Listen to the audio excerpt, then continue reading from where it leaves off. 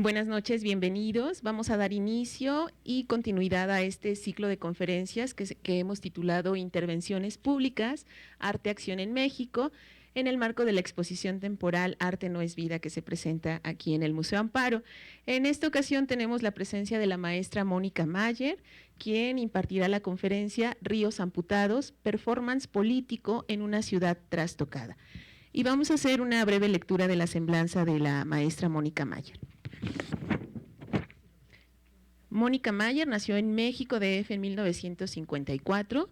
Ella se autodefine como agente cultural independiente. Su práctica artística incluye la producción, el análisis, la docencia y la promoción. Ha publicado 4 libros, entre ellos Rosa Chillante, Mujeres y Performance en México, y fue columnista del Universal 20 años. Además, dentro de la producción ha trabajado performance, gráfica digital, entre otras. Con Maris Bustamante, en 1983, fundó El Polvo de Gallina Negra, el primer grupo de arte feminista en México. Desde su fundación, en 1989, es codirectora con Víctor Lerma del proyecto de arte conceptual aplicado Pinto mi raya, cuyo eje es un archivo hemerográfico especializado en crítica de arte con más de 30,000 textos. Pues damos la bienvenida a la maestra Mónica Mayer. Nos da muchísimo gusto que estés aquí en Puebla compartiendo con nosotros esta conferencia. Bienvenida. Gracias.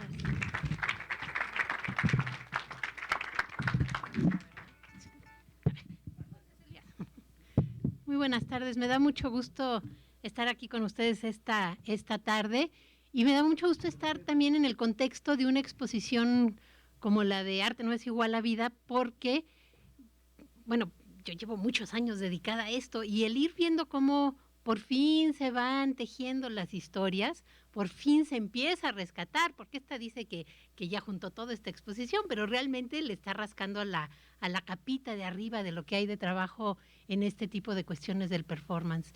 Entonces, bueno, me da mucho gusto que se empiece a hablar de todo el arte de acción latinoamericano, que se pueda ver, que puedan ustedes, por ejemplo, ver, ahorita tienen una oportunidad padrísima, ¿no? Entre lo que está en este museo y lo que está se llama la de la UDLA, la Capilla del Arte, y está padrísimo poder comparar, ¿no? Qué se estaba haciendo hace 40 años y qué se está haciendo ahorita. Entonces, eso me parece que es una suerte que puedan coincidir estas dos exposiciones al mismo tiempo. Entonces, vamos empezando. Esta exposición, esta conferencia, se las doy como artista, y si hay datos ahí históricos que quién sabe, pues que se hagan bolas los historiadores.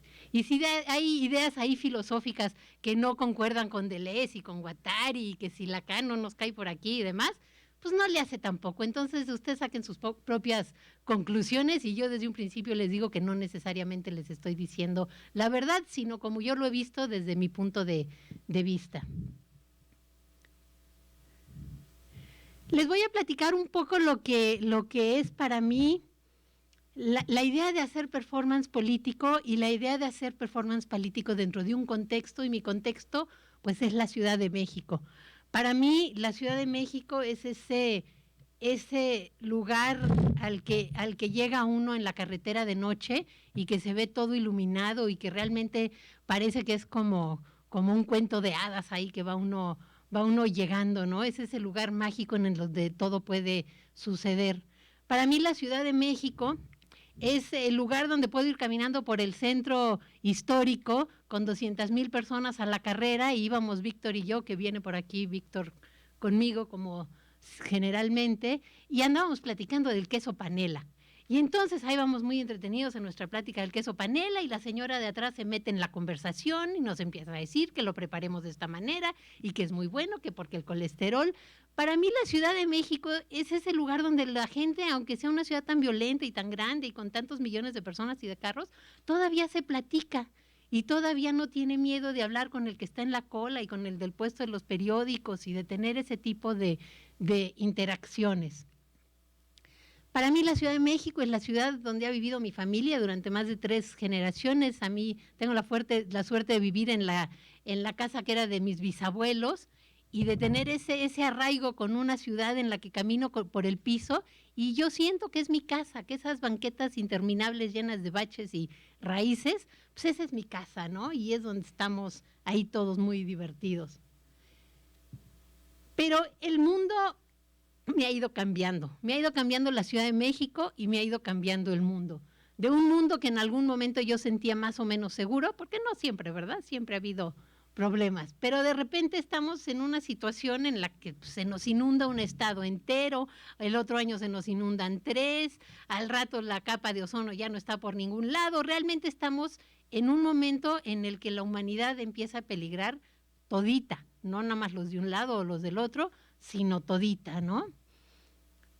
Estamos en un país en el que cuando empecé a dar esta conferencia, lo más horrendo que había pasado era lo de los decapitados, y la siguiente vez que di esta conferencia eran los cuerpos sin cabeza, y al rato ya eran las granadas en la plaza pública en Michoacán, ¿no? En Morelia.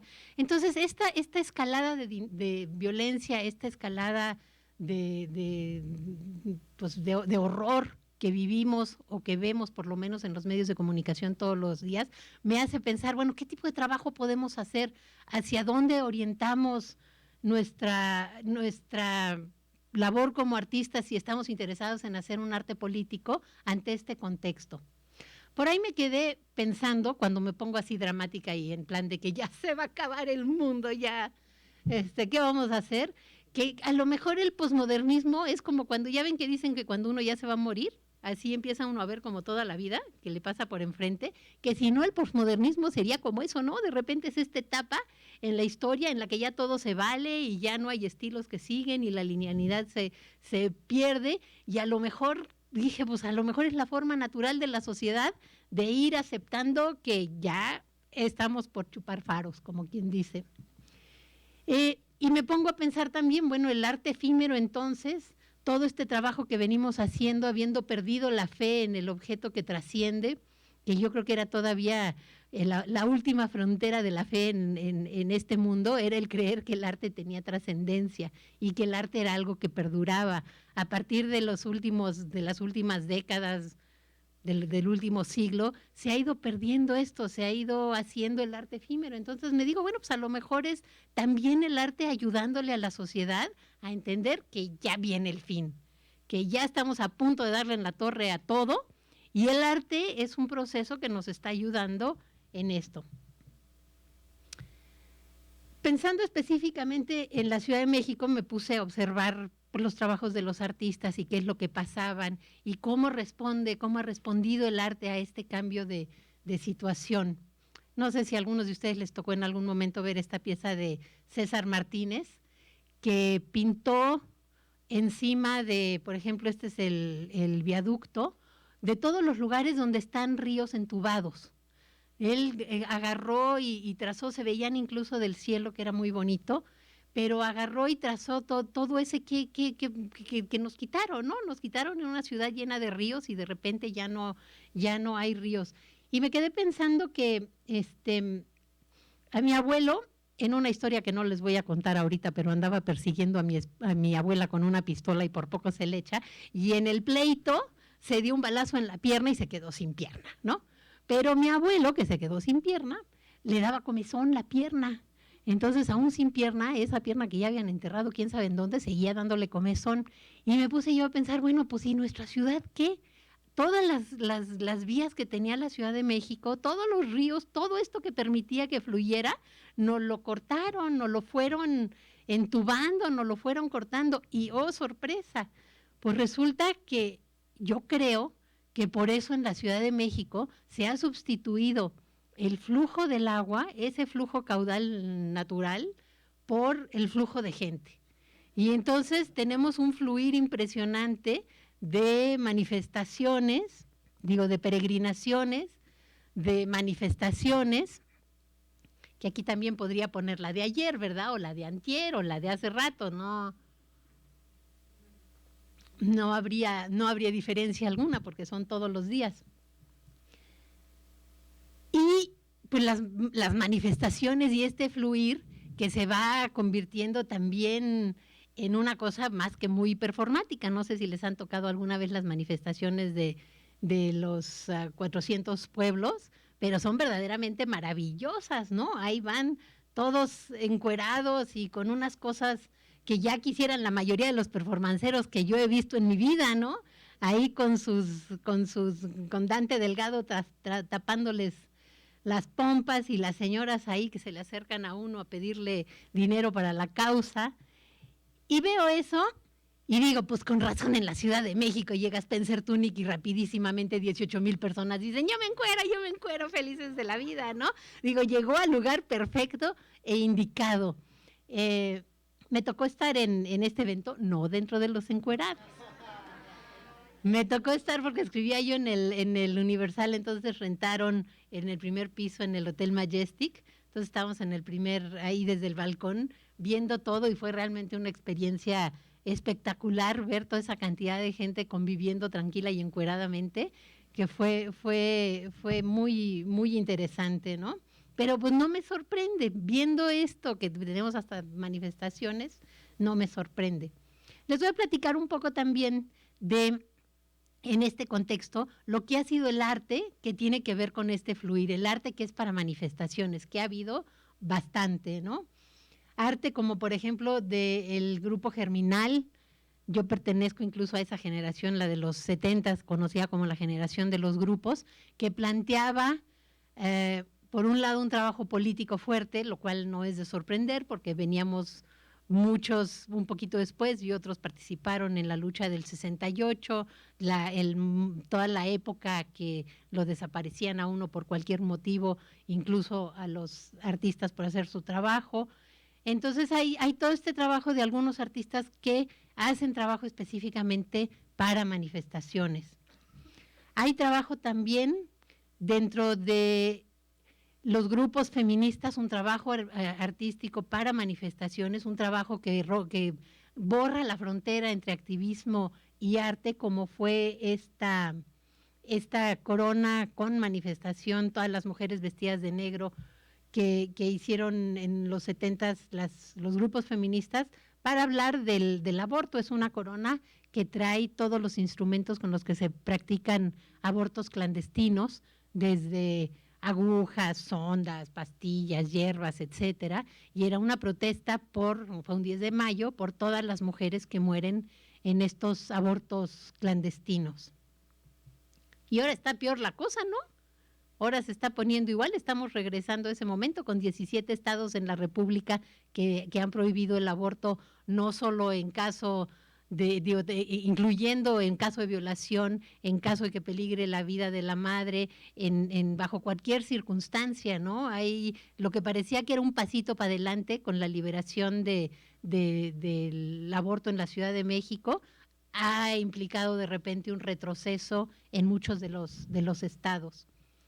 Otra de las piezas para manifestación, la primera en la que me toca a mí participar ya directamente, es esta del grupo Polvo de Gallina Negra, en una de las marchas en contra de la violencia hacia las mujeres. Y es la primera acción que hace el grupo Polvo de Gallina Negra. El grupo lo formamos en 1983, 3 personas, Herminia Dosal, Maris Bustamante y yo. Herminia era fotógrafo y al ratito se salió porque nosotros andábamos como muy clavadas haciendo performance. Entonces ella estaba de acuerdo con la cuestión feminista, pero la hora de andar haciendo estas cosas en la calle no le gustó mucho, ¿no? Entonces, esta primera pieza que hicimos para una manifestación fue precisamente el hacer nuestra receta mágica para causarle el mal de ojo a los violadores. Jugábamos con esta cuestión porque Polvo de Gallina Negra precisamente es un remedio contra el mal de ojo, porque considerábamos que era muy difícil ser mujer, era más difícil ser mujer artista, pero ser mujer artista y feminista, ya estábamos condenadas a que nos hicieran el mal de ojo por todos lados, entonces nos pusimos como nombre un remedio contra el mal de ojo para estar protegidas desde un principio, ¿no? El trabajo que hicimos principalmente o que nos interesaba era hacer, por un lado, rescatar a las artistas del pasado, porque ¿cómo puede una artista joven siquiera concebir que puede ser artista si no hay otras mujeres artistas que hayan, que pueda ver como modelos? Bueno, ahora ya tenemos a Frida Kahlo, que es como hipermodelo internacional del arte. Ahí está una secta por Frida. Es la artista la artista que más alto ha vendido. Sus exposiciones en Europa han sido las más visitadas, pero en los 70s no era el caso, ¿no? Incluso les he de confesar que yo me hice feminista porque un día estando en la escuela, ahí como en la prehistoria, en los 70s, una compañera dio una conferencia sobre mujeres artistas y a la hora mis compañeros, estos que venían de hacer la revolución, del marxismo-leninismo, de la lucha de clases del 68, a la hora todos mis compañeros progresistas acabaron diciendo que las mujeres éramos menos creativas que los hombres porque se nos iba la creatividad en la maternidad. Y decía yo, no hombre, es un argumento pero profundamente científico, ¿no? Y después nos pasó que un día cerramos la escuela para hacer un cambio de plan de estudios y pues lo hicimos entre todos, maestros, alumnos, trabajadores de la escuela, todos, ¿no? Y ya entro al baño de mujeres un día y ahí decía, compañeras, haced el amor, mantened a los compañeros en pie de lucha. Yo no tenía nada en contra de la parte de hacer el amor, pero eso de que fuera para mantenerlos en pie de lucha, ¿qué nosotras no estábamos en pie de lucha? ¿De qué se trataba? ¿Nada más límpiale los pinceles y de eso se trataba y ya? Bueno, empecé a darme cuenta que algo no estaba funcionando y que por más que hubiera un grupo de artistas que yo veía padrísimas, mujeres artistas haciendo cosas maravillosas, me tocó que estudiara conmigo Jesús a 6 meses que duró en la escuela, porque un día le hicieron un examen de historia del arte y lo entregó todo en caricaturas, unas caricaturas maravillosas y sácatelas que la truenan. Estudiaba Magali Lara, Rosalba Huerta, en fin, un montón de artistas padrísimas y decía yo, bueno, aunque hagamos el trabajo que hagamos, va a ser invisible, que es un poco lo que pasa en esta exposición. Los artistas latinoamericanos estaban haciendo un trabajo maravilloso, al mismo tiempo que los artistas europeos o estadounidenses, y ha sido invisible. Ha sido invisible en nuestros países y ha sido invisible a nivel internacional. Entonces a mí me preocupa mucho esos niveles de invisibilidad que hay por ser mujer, por ser latinoamericanos, por pertenecer a cierta clase social, etcétera. Todas estas cosas que van haciendo que nos invisibilicemos. Bueno, volviendo a la pieza, esta era la receta y aparte de hacer un menjurje ahí y repartirlo entre el público, publicamos en varias revistas nuestra receta para hacerle el mal de ojo a los violadores, o el respeto al derecho al cuerpo ajeno es la paz, que incluía, por ejemplo, 2 docenas de ojos y corazones de mujer que se acepte como tal, 3 docenas de mensajes de comunicadores responsables, en fin, todo lo que nosotras considerábamos que podía ayudar a que el problema de la violación también fuera diferente. A mí me tocó en los 70s, antes de empezar con los grupos de arte, nada más pude entrar a un grupo de cine, porque no había grupo de arte cuando entré a la militancia feminista por ahí del 74, 75, no había grupos de arte, había un grupo de cine y me tocó estar en Cine Mujer haciendo la investigación para una película que hubo de violación y como parte de esto ir a la delegación a entrevistar al doctor que recibía a las mujeres violadas y el doctor nos dijo que cualquier mujer que es violada es porque ella se lo buscó. Y dices, ucha, y ese es el que está recibiendo a las mujeres violadas en el Ministerio Público. Y acababan de llegar un caso de un señor de 70 años que lo habían asesinado y a su esposa de 65 la habían violado. Y le decíamos, bueno, pues seguramente él también se lo buscó, ¿verdad? Entonces, ¿qué hacer? ¿Cuáles son los distintos elementos que se necesitan para cambiar? Para mí el arte sí es una cuestión militante, sí tengo la ingenua ilusión de que el arte sirva para algo más allá de para formar parte de las colecciones de distintos coleccionistas que compran en ferias de arte internacionales, que el arte sí sirve para cambiar las cosas, sí sirve para reflejar la realidad y que es una de las pocas salidas que nos quedan para tratar de desarticular la locura en la que vivimos. Pero esos es nada más los días que estoy optimista, porque los que estoy pesimista es como al principio de la plática. Este es otro performance que hicimos Maris Bustamante y yo en una manifestación también por la maternidad voluntaria y llevábamos nuestras panzas y planteábamos, las dos tenemos hijos e hijas y para nosotras la maternidad ha sido una cosa maravillosa y espectacular y sensacional, pero el mismo derecho que tenemos nosotras de decidir y disfrutar nuestra maternidad. Las mujeres que no quieren tener hijos no tienen por qué.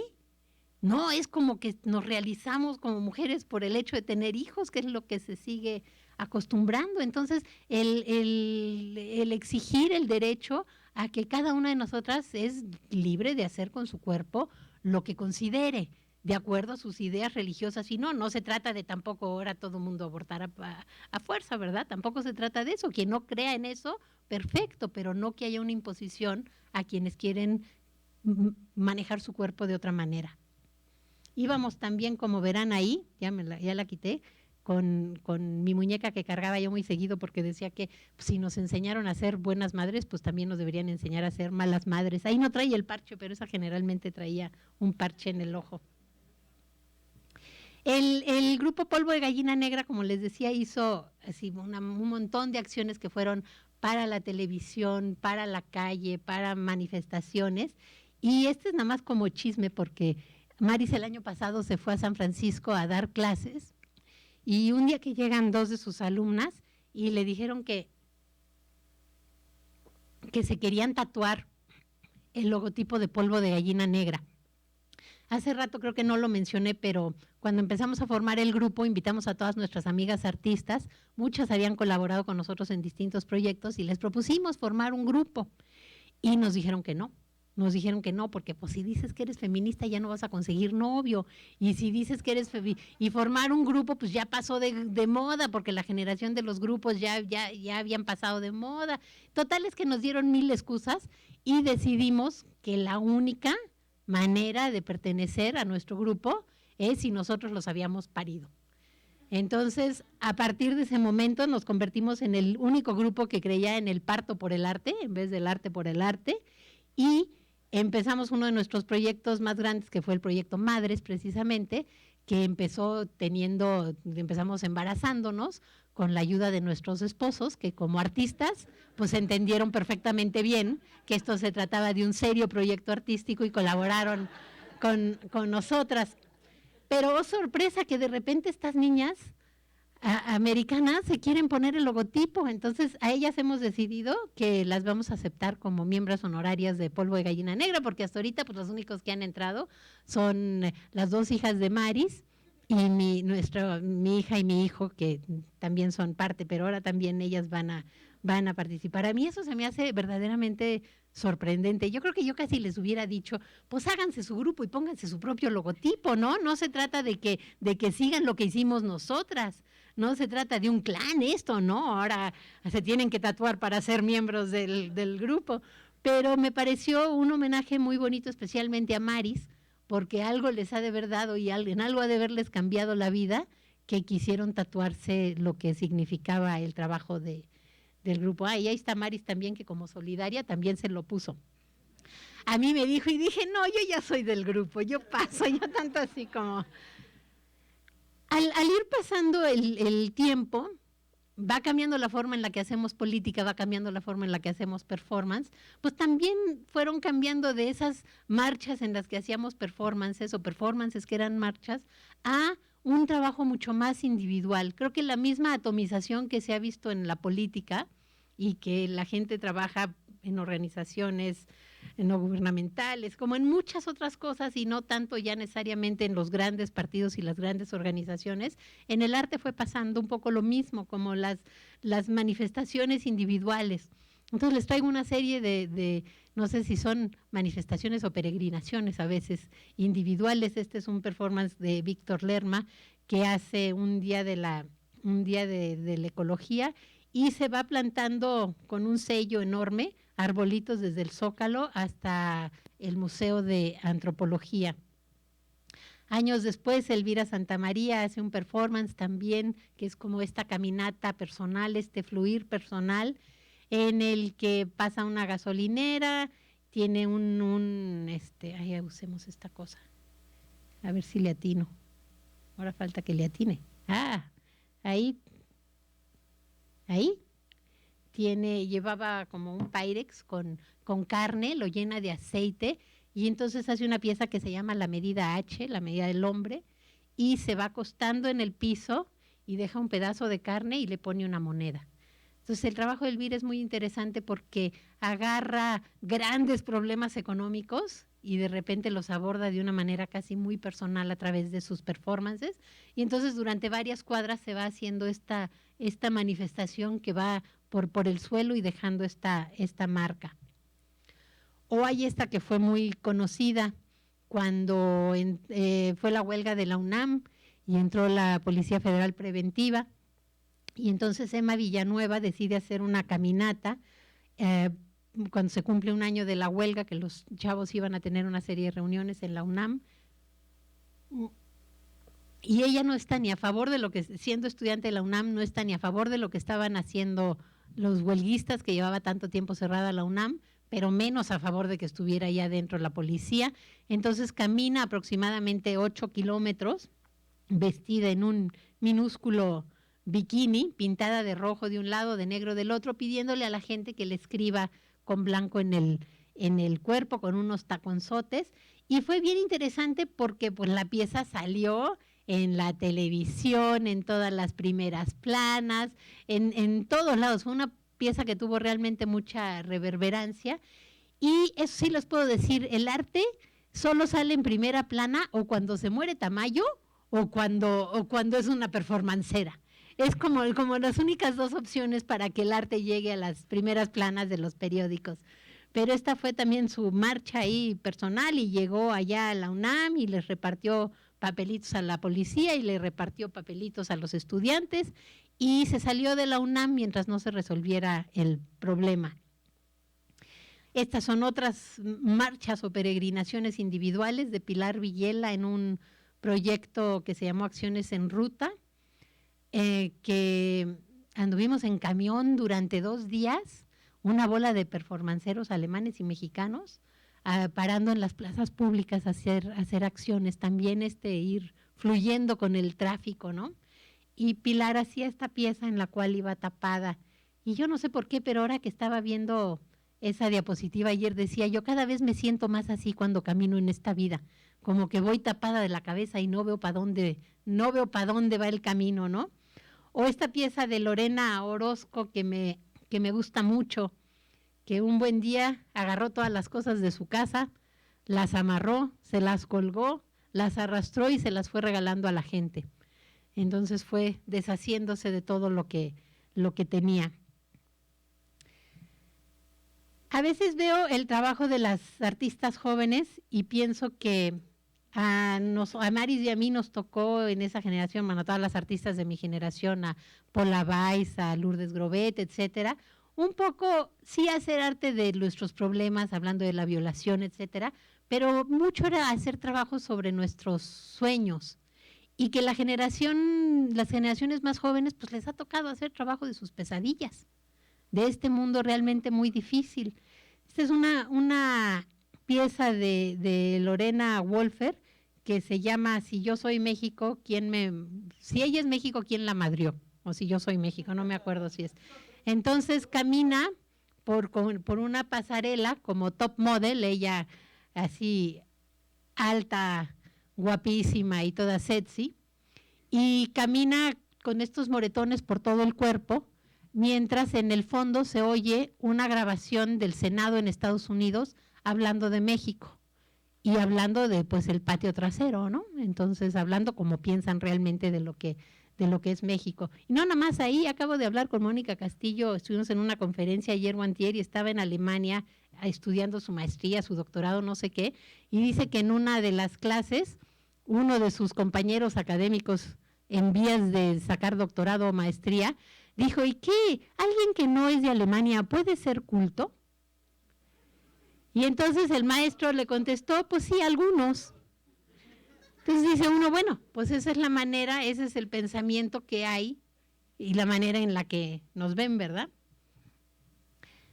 Esta es otra pieza de Lorena Wolfer que tiene que ver con la de Mientras dormíamos, la de la izquierda, con las muertas de Juárez, y es una pieza que hace marcándose en el cuerpo mientras se escuchan los distintos casos de las mujeres que han muerto, de las decenas, centenares, millares de mujeres que han muerto en Ciudad Juárez, y van oyendo las grabaciones mientras ella se marca en el cuerpo las distintas heridas que se les han hecho.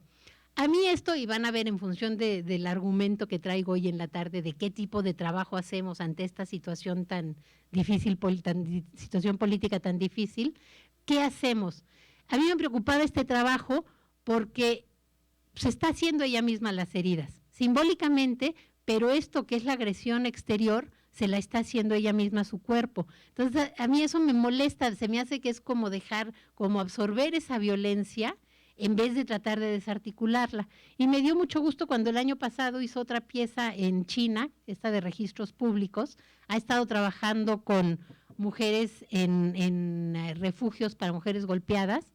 Entonces, igual tenía una serie de grabaciones de lo que decían las mujeres, pero en vez de irse marcando las heridas, lo que hizo fue tratar de trabajar con una curandera tradicional china que le iba como curando, sanando todas estas heridas. Y un poco para mí ahí es donde está el cambio. ¿Cómo lo asumimos o cómo lo cambiamos? ¿Cómo hacemos un arte que sea biofílico, un arte que nos sane, que nos cure, que desarticule la locura que nos rodea? ¿Y cómo hacemos obras largas, que para mí acaban siendo un poco lo mismo, que tengan este compromiso, que tengan este fluir con la ciudad, que tengan este fluir con la sociedad? Quería un poco, para contrastar, hablar del trabajo de Santiago Sierra y de Teresa Margolles, no desde el punto de vista artístico. No tengo nada en contra de ellos desde el punto de vista artístico. A lo mejor medio podría yo discutir en términos éticos, pero yo creo que como estrategia, en términos de tratar con esta locura, por ejemplo, la pieza de arriba de Santiago, que es tatuarles a las mujeres, eran una serie de prostitutas heroinómanas, por el costo de una dosis de heroína, hacerles un tatuaje de una línea en la espalda. La pieza que está aquí no es muy diferente, no es por cierta cantidad de dinero, les traza, bueno, consigue que alguien más les trace una pieza. Decía yo, mira qué curioso, qué diferencia con la pieza de Marina Abramovic, que ella es la que se pone ahí y toma el riesgo y dice, bueno, ahora pongo tantos objetos para que el público me tome a mí como objeto y haga lo que quiera. Que conste que le pidieron que hiciera esa pieza de nuevo a principios del milenio y dijo que no, porque la sociedad ya no estaba como para eso, que seguramente sí la cortaban en cachitos, ¿no?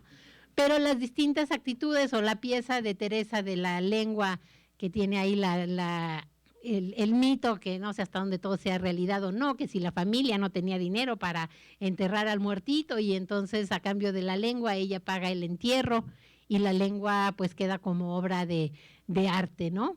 Entonces yo me planteo, bueno, es ejercer la misma violencia que la sociedad ejerce en general para denunciarla.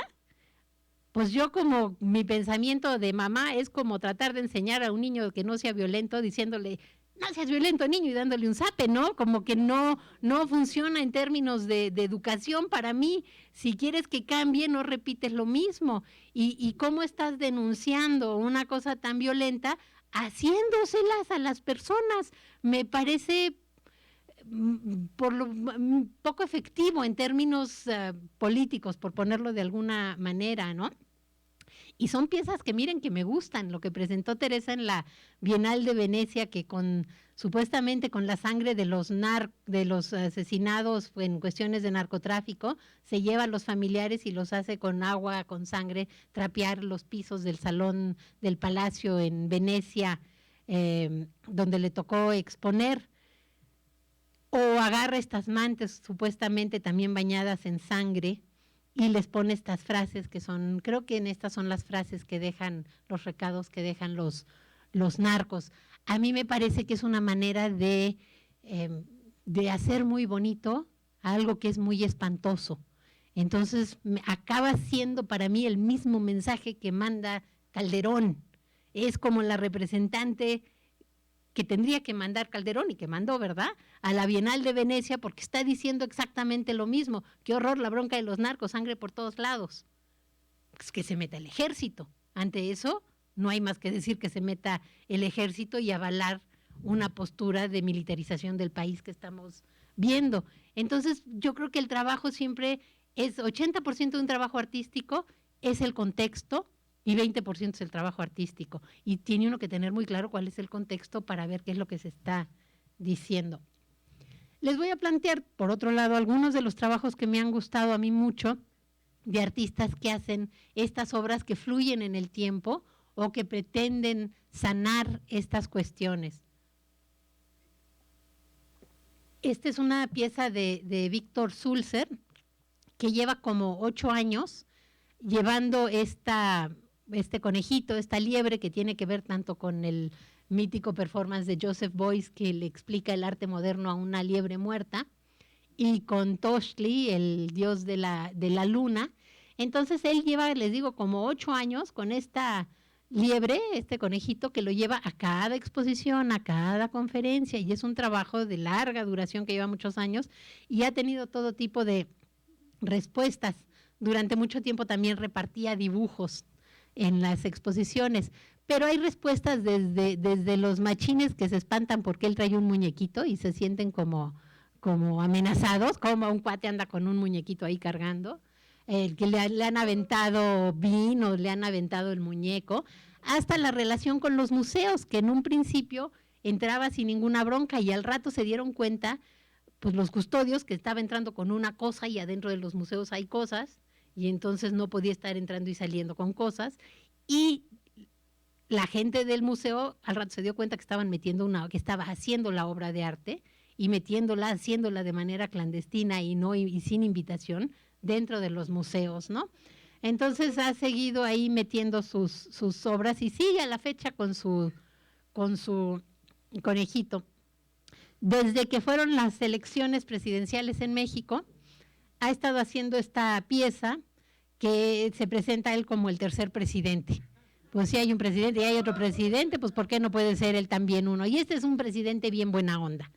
No se enoja, le da premios, felicita a la gente, es como muy celebratorio, llega de manera sorpresiva a los eventos y les echa a la gente confeti y les da diplomas. Y curiosamente lo han censurado tanto del PAN como del PRD. Pensando en esta exposición y en lo que es la historia, esta es una pieza de Felipe Buendía de 66, como verán, en Perú, que también la hace de presidente. Parece que los presidentes, especialmente en América Latina, han salido de forma natural entre los performanceros. Y luego yo hasta digo que a lo mejor era su abuelo o algo por el estilo, o su tío o su hermano, ¿no? Como que se parecen, hasta físicamente digo yo que tienen algo ahí de parecido estos muchachos. Esta es otra pieza que me gusta mucho, de un proyecto que se llama La Yeca, que es como le dicen los que están en la cárcel a la calle, La Yeca. Entonces este grupo lleva ahorita ya como 5 años trabajando de manera gratuita en la cárcel, dando talleres de performance, tienen un radio, hacen historias de vida, hacen mucho trabajo de distintos tipos. Y este es de un taller que estaba dando Lorena Méndez, que tenía que ver con performance y género, y empieza a trabajar con los reclusos sobre el tema de las diferencias entre hombres y mujeres. Y pues empieza luego, pues cuáles son las primeras diferencias, las diferencias físicas, pues los hombres son más peludos que las mujeres. Entonces acaban haciendo un concurso de quién tiene más pelo en los sobacos, y ella les gana a todos, ¿no? Lo de arriba es una boda, es una boda que hacen entre todos los reclusos, que firman un documento en el cual se comprometen a manera de matrimonio entre todos ellos. Estas piezas, si ve uno la foto ahí, dice uno qué monada, qué chistoso, qué simpático, pero si se ponen a pensar bien, el nivel de cosas que tienen que haber manejado, uno para conseguir la confianza de las autoridades de la cárcel y otro para conseguir la confianza de los reclusos, para que se pongan a hacer estas cosas, implica realmente haber hecho un trabajo a fondo, un trabajo como con seres humanos, ¿no? Y no nada más hablando de los problemas, sino metiéndose y trabajando con ellas.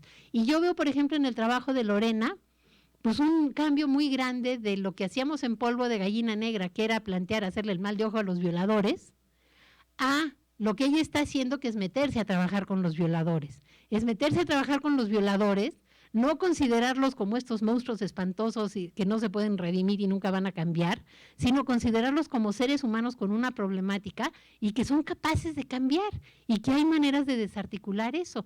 Evidentemente cada momento tiene las piezas que requieren y que se pueden ir haciendo en ese momento. Hay momentos que hace falta gritar y hay momentos que hace falta empezar a hacer este tipo de cambios y empezar a plantear otras formas.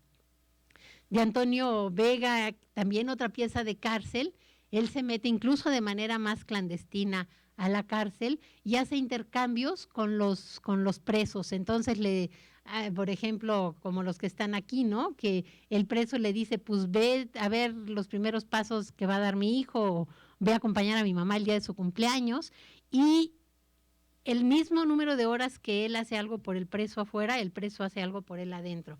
Ya sea que haga una recopilación de colillas y que las acomode de alguna manera, o como el de la derecha que se escribe las historias en cada una de sus cicatrices. Y ahí también se me hace que es pues un intercambio de tiempo, una manera de convivencia a otro nivel. Lo que estuvo muy padre es que el grupo de presos que trabajaron con él se enteraron que cuando iba a hacer una de las ferias de arte, Antonio iba a presentar algo y entonces le dijeron, pues nosotros también, ¿no? E hicieron todo tipo de objetos y los vendieron en la feria rete bien. Entonces eso me pareció que además estaba acabando como con un extra para los presos, ¿no? Esta pieza de José Miguel González Casanova, que tiene su Banco Intersubjetivo de Deseos, lo pueden buscar ahí el BID en internet, y es todo un trabajo que ha hecho juntando en distintas ciudades cuáles son los deseos y los anhelos de la gente. Y en algunos lugares son un poco distintos que otros, pero básicamente lo que va uno viendo es que a fin de cuentas anhelamos más o menos lo mismo la mayoría de las personas. Me interesa el trabajo de él también mucho porque él no hace diferencia entre su trabajo como maestro y su trabajo como artista. Y ha desarrollado a lo largo de sus talleres generaciones de artistas, incluso el último que les acabo de enseñar, que era alumno que salió de los talleres de José Miguel, que han hecho ya llevan 2 libros publicados, los mismos alumnos, los mete en todo este trabajo de compromiso con su trabajo, con documentarlo, con escribir, con publicar, con difundir, y eso a mí también se me hace tanto el fluir como el tener el compromiso con lo que se está haciendo. Y ahora les voy a platicar un poco de Pinto mi raya, que es el proyecto que venimos realizando Víctor Lerma y yo hace 20 años. Yo creo que este mes o el que entra cumplimos 20 años de que se inauguró Pinto mi raya, originalmente como una galería. En ese momento no hacía tanto que había pasado un escándalo muy grande en el Museo de Arte Moderno, no sé si han oído, que acaban corriendo al director, a Jorge Alberto Manrique, porque en el Salón de Espacios Alternativos, Rolando de la Rosa, un artista, presentó una pieza que era la imagen de la Virgen de Guadalupe con la cara de Marilyn Monroe, y en el piso había la bandera con unas botas del ejército encima, y entonces se armó una manifestación de 250,000 personas, corrieron al director del museo, al artista lo amenazaron, a un artista que estaba exponiendo, creo que aquí en Puebla, que era una exposición de vírgenes, pero ni siquiera eran vírgenes de vírgenes religiosas, la andaban persiguiendo y la iban se puso muy fea la situación, ¿no? A la salida del kinder de la escuela de su hija, se puso muy fea la situación como para todo el mundo en términos de censura. Entonces, no había espacio en los museos para presentar cierto tipo de obra. No había espacio en las galerías comerciales porque no presentaban más que cuadros y grabados y esculturas, nada que fuera no objetual tenía cabida, nada de performance. Ahora ya todas las galerías, o la gran mayoría, venden, promueven instalaciones, todo el trabajo, ¿no? Pero en ese momento no pasaba, entonces empiezan a formarse galerías como El Archivero, que fue de Gianni Pecanins y Gabriel Macotela, que empiezan con libros de artistas, la de Adolfo Patiño, que se llamaba la agencia, que empezaron ahí, pues muchos, hasta Gabriel Orozco es de los artistas que empezó a exponer ahí, porque eran los pocos espacios que había para este tipo de trabajo. Y nosotros formamos Pinto mi raya, que un poco el nombre pues evidentemente plantea nuestra actitud, Y empezó como galería en la que hacíamos exposiciones como esta, Neocursi, artistas que realmente saben amar. Empezaba todo el rollo de los curadores como los grandes reyes y reinas de la cultura. Entonces nosotros planteábamos hacer curadurías que no tuvieran que ver con el seleccionar de esa manera, ¿no? Entonces, para nosotros esta exposición invitamos a pura gente que fueran parejas artistas. He de contarles que se formaron varias parejas, nada más, con tal de exponer en la exposición. Tampoco les pedíamos certificado, ¿verdad? Entonces era esta de Neocursi que se hizo en varias galerías chiquitas que había en la colonia y se formó un circuito, el circuito de la Condesa, y por ejemplo teníamos mucho antes de que fuera la Pecera del Amor. ¿Se acuerdan de eso? ¿Cómo se llama el cómico de Adal Ramones, ¿no? Nosotros tuvimos la combi del amor y había una combi que iba, de hecho, de una galería a la otra, toda decorada como parte del trabajo artístico de un lado al otro. Ya años después se fusilaron la idea, pero bueno, todo es parte del asunto. Empezamos también a plantear hacer proyectos de arte digital e invitar a otros artistas a trabajar con nosotros. Lo que para nosotros en ese momento era alta tecnología, eran piezas en fotocopia color, porque no había nada más. En esos momentos ni siquiera había internet, difícilmente la gente tenía computadora, no había teléfonos celulares, no había, ¿se pueden imaginar el mundo así? Yo todavía no me acuerdo cómo sobrevivía uno sin internet, no sé cómo le hacíamos. Pero en ese momento la alta tecnología era la fotocopiadora color que acababa de llegar a México, y entonces empezamos a hacer proyectos que nos patrocinó Canon con fotocopia a color. Esto es a principios de los 90, 91, los proyectos. Aquí hay uno de 91, 92, 93, son de varios años, son distintos proyectos. Empezamos a preocuparnos también y a cambiar un poco de nada más plantearnos como un espacio para exponer, a plantearnos como una plataforma de arte conceptual cuyo objetivo es lubricar el sistema artístico. Veíamos que de nada sirve que haya buenos artistas si no hay un sistema artístico. No funciona por medio del arte solito. Tiene que haber buenos críticos, tiene que haber buenos museos, tiene que haber curadores, tiene que haber coleccionistas, tiene que haber público, tiene que haber educación artística desde primaria, tiene que haber como todas estas cosas para que el arte se dé. Si no, no se da, si no, sigue habiendo como cachitos aquí y nos comen el mandado en otros países en donde sí hay todo eso.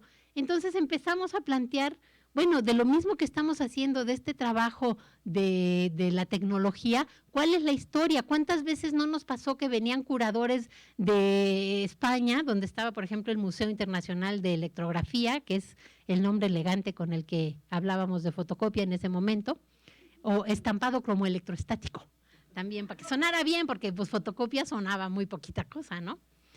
Entonces, y nos decían, no, pues aquí no ha pasado nada, ¿no? Todo ha pasado en Europa. Entonces empezamos a buscar y a sacar pues fotocopias que habían hecho artistas desde los años 60. José de Santiago tenía fotocopias, seguramente pocos aquí se acuerdan, pero hubo un momento en el que uno hacía las fotocopias y las tenía que sacar a colgar un ratito porque salían húmedas en los primeros procesos. Entonces ya había trabajo artístico desde ese tipo de propuestas. Y empezamos a hacer este proyecto que se llamó Gráfica Periférica,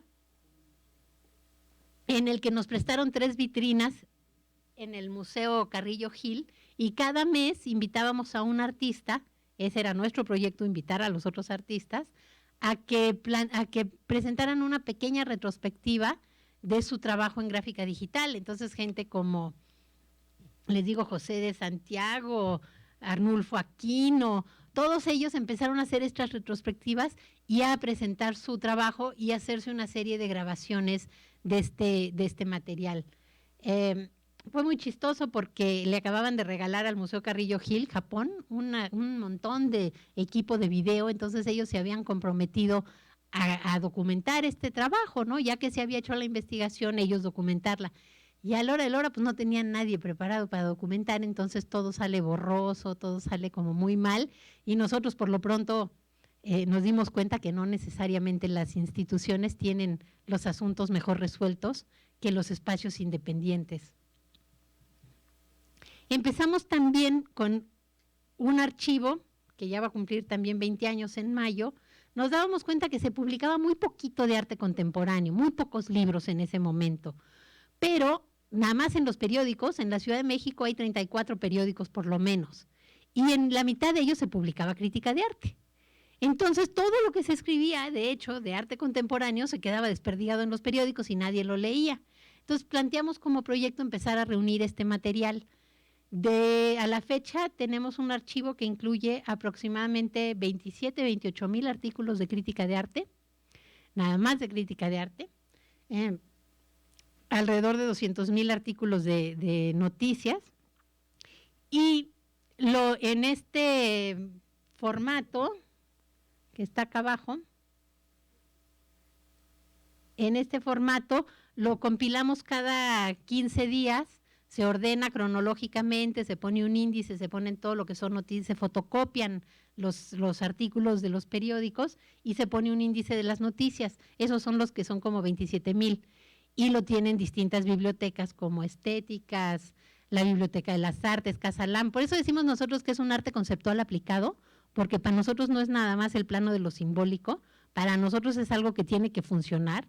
Y desde hace unos años, ya con suficiente material, empezamos a hacer estos que son, yo digo que son como investigaciones precocinadas, o sea que ya juntamos todo. Por ejemplo, estos son los dos, al rato para que le echen un ojo, son 2 tomos de 91 al año pasado, de todos los textos que han salido de crítica en los periódicos sobre performance. Entonces tenemos así de distintos temas, de mujeres artistas, de arte público, de educación artística, de los temas que a nosotros nos interesan, un poquito como para motivar que se investigue en lo que a nosotros nos interesa, de instalación, de fotografía, de espacios alternativos. Y lo que hemos tenido que hacer, por ejemplo, con todo lo que hicimos de fotografía, espacios alternativos e instalación, es que conseguimos una beca para podérselos donar a las escuelas de arte y a bibliotecas públicas, porque no tienen lana para comprar nada. Entonces, tiene uno que resolver también la parte de cómo vamos a hacer que lleguen los materiales a las bibliotecas. Ahorita estamos en proceso de que se digitalice todo este material y eventualmente pueda estar de alguna manera disponible a través de internet. Pero esta pieza de abajo también hacemos piezas que tienen que ver con el archivo.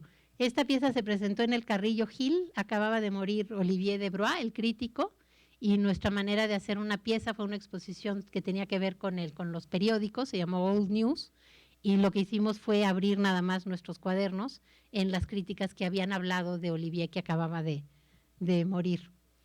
Pensando en esta relación del sistema y del arte, pues empezamos a tratar de hacer performances y acciones que juntaran, porque veíamos, por ejemplo, toda la cantidad de mitos que hay entre los artistas sobre el trabajo de la crítica.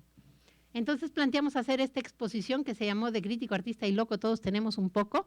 Invitamos aproximadamente a 35, 36 críticos investigadores a que hicieran obra y como a 10 artistas a que publicaran en las columnas de los críticos, a que pues conociéramos el trabajo los unos de los otros, ¿no? Entonces fue rete divertido porque, por ejemplo, bueno, aquí el de la derecha es el de Jorge Alberto Manrique, que todos decimos que es su autorretrato, pero él lo niega. El de por allá arriba era la participación de Teresa del Conde, que fue muy padre. En ese momento era directora del Museo de Arte Moderno. Incluso ella en determinado momento se acercó a nosotros porque quería que en Pinto Mi Raya se hiciera una exposición de críticos, algo así chiquito, porque tenía ya ganas de exponer, porque ella originalmente se metió a la Escuela de Arte y no la hizo. Después se metió a Psicología y tampoco la hizo. Y al final ya se metió a Historia del Arte y ya la hizo. No estoy siendo viperina, ella lo platica, ella lo dice así, ¿no? Ella lo dice abiertamente. Pero entonces, pues a ese lo de abajo ese es de Paloma Porras, que es la directora de San Ildefonso, y de Guillermo Santamarina, actual director, curador en jefe o como sea, del MUAC, del nuevo museo de la UNAM. Entonces, pues fue muy divertido porque muchos de los críticos de repente nos llegaba Gonzalo Vélez, que hizo una cinta de Moebius con un poema infinito que llegaba del techo al piso, y dice, oye, me pasé 2 noches enteras trabajando, esto de hacer instalaciones puede ser mucho trabajo, ¿no? O llegaban, oye, qué caros son los marcos. Entonces, o llegaban el día de la inauguración con su abuelita y su tía y las manos sudándoles de nervio, ¿no? Entonces fue muy bonito por parte de los críticos que realmente se metieron al juego y le echaron ganas. Temo que les tengo que platicar que los artistas más bien les sacatearon. Muy pocos se atrevieron a escribir, Helen Escobedo, Felipe Ehrenberg, Magali Lara, que ya tenían como tablas, pero la mayoría no querían arriesgarse en lo más mínimo a quedar mal con los críticos. Y yo, bueno, pues qué chistosos, son otros profesionales nada más. Sin el trabajo de los artistas no existe el trabajo de los críticos. ¿Por qué hay ese rollo de pleitesía, de miedo, de respeto, de qué pasa? Pues son nada más unos profesionales que tratan de hacer bien su trabajo y los artistas son otros profesionales que tratan de hacer bien su trabajo y es todo. No tiene por qué haber este pique y estos malentendidos que hay, ¿no? Pero la mayoría de los artistas sí les sacatearon. Hicimos después uno que se llamó Rueda de Prensa, invitando a los periodistas, porque incluso nos dábamos cuenta que, bueno, el trabajo, especialmente en cosas como performance, el trabajo de los reporteros ha sido fundamental, porque desde siempre les ha encantado el trabajo de performance y lo han cubierto. Y realizamos este performance en el Museo de Arte Moderno, en la cual los periodistas de La Fuente estaban en la mesa y el público era un público todo de artistas haciéndoles preguntas. Les dimos unos matamoscas grandotas ahí por si se sentían amenazados los periodistas, que generalmente luego son retetímidos cuando les empieza uno a preguntar a ellos. Y fue muy divertido porque de repente se paraba allá atrás la artista y decía, es que la entrevista que me sacaste era muy aburrida. Y el periodista le decía, pues es que lo que me dijiste era muy aburrido. Yo no puedo hacerlo diferente. O ¿por qué yo te di la invitación y no fuiste a cubrir la exposición? Soy reportera, me mandan a cubrir, no soy crítica. Los críticos sí pueden ir a lo que quieren, a los reporteros en general, a la mayoría los mandan a cubrir tal o cual cosa. Había como un desconocimiento muy grande entre los artistas del trabajo de los periodistas, ¿no? Entonces fue muy divertida. Siguiendo en este tono, un día nos invitaron a una Bienal de Arte Tridimensional en el Centro Nacional de las Artes y decidimos hacer una pieza específica. Siempre hacemos trabajo que tiene que ver con el contexto. Nos fuimos al CENIDIAP, que es el Centro Nacional de Investigación de Artes Plásticas, Investigación y Documentación, Información de Artes Plásticas del INBA, que se supone que es el que documenta todo el trabajo que se hace en México, y resulta que de arte efímero, de performance, instalación y todas estas monadas, no tenían nada. Entonces no había ningún investigador dedicado a esto. Fuimos a ver la biblioteca, que había en la Biblioteca de las Artes, no había un solo video de performance, había 3 catálogos de instalación y eso era parte de nuestro performance, el ir a hacer esta investigación, y como resultado propusimos hacerles una limpia, porque estaba tan grave la situación que pues decidimos recurrir a lo que fuera necesario, y lo que fue necesario en ese momento fue hacerles una limpia. Conseguimos, nos pusieron en contacto una amiga nuestra con la señora Lucha, que es una auténtica bruja que generalmente trabaja con políticos, naturalmente, no con artistas. Y en la noche hicimos un ritual, una limpia, ya en sí se hizo en la noche. Estábamos Víctor, una de las investigadoras del CENIDIAP, doña Lucha y yo, y ahí nos trajo pateando el coco con el pie izquierdo y hacía todas sus cosas, y fue muy divertido porque eran como las 11 de la noche en el CENIDIAP, ya estaba todo cerrado y empezamos a oír risas, así como las de los jóvenes de aquí enfrente, más o menos por el estilo, ¿no? Entonces oíamos esas risillas y decíamos, bueno, pero pues ¿qué pasa, no? Ya no hay nadie. Y entonces Angelina, que era la que estaba ahí del CENIDIAP, fue y checó todo y nada que había. Curiosamente, después de hacer la limpia, se acabaron las risas. Entonces los espíritus chocarreros, quién sabe dónde se fueron.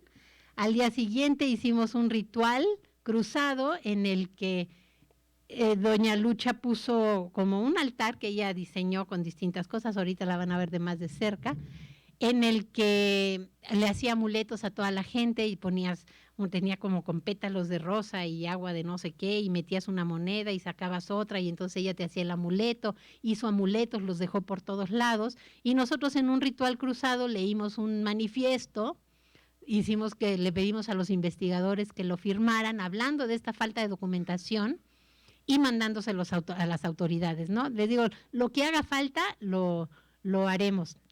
Ahí está ella con su altar y con sus velas y con todo lo demás. Curiosamente, durante 3 o 4 años funcionó muy bien. Entró Silvia Navarrete, empezaron a hacer investigación de arte efímero, empezó a andar el asunto, como que les cayó el 20 del arte de los últimos 50, 60 años. Últimamente no han estado tan bien. Ya los tenemos amenazados que la próxima no va a ser limpia. No sabemos qué es lo que les vamos a hacer, pero yo espero que por lo menos haya funcionado para que cayeran en cuenta de que es tan importante documentar.